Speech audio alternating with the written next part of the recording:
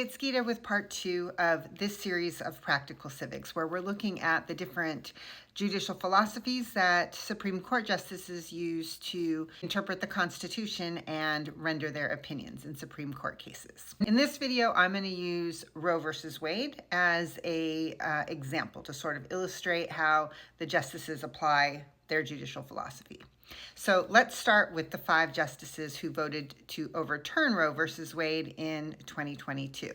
Those justices were Neil Gorsuch, who is a very strong originalist, Amy Coney Barrett, who's a self-described originalist, Clarence Thomas, who has been a strong and consistent proponent of originalism, Samuel Alito, who actually wrote the opinion overturning Roe versus Wade. He often uses originalist language in his opinions, but observers of the Supreme Court have noted that he is sometimes selective in when he applies those views. And finally, Brett Kavanaugh, who doesn't describe himself as an originalist necessarily, but he often aligns with originalist interpretations. Those 5 judges use their originalist viewpoint to say that the Constitution says nothing about abortion and therefore that right is not guaranteed by the Constitution, so they overturn the law. There's a 6th conservative judge, that's Chief Justice John Roberts, who did not vote to overturn Roe versus Wade. And although he is conservative and he is often thought of as an originalist, he has more of the textualist viewpoint that I described in the first video.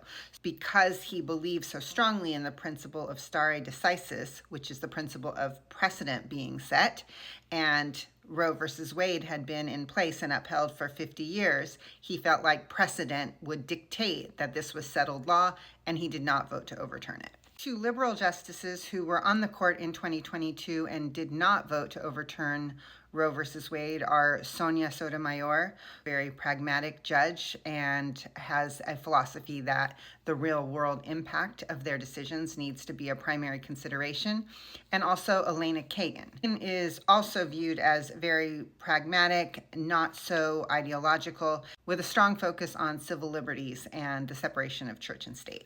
A judge who was not on the court at the time of the Roe versus Wade decision in 2022 is Ketanji Brown Jackson. She herself describes her judicial approach as originalist with a progressive approach, meaning that she believes the Constitution should be interpreted according to its original aims within the modern context. Remember, these philosophies are not hard and fast rules that the justices are bound to, but their description of their own judicial philosophy gives you some insight into how they may decide future cases.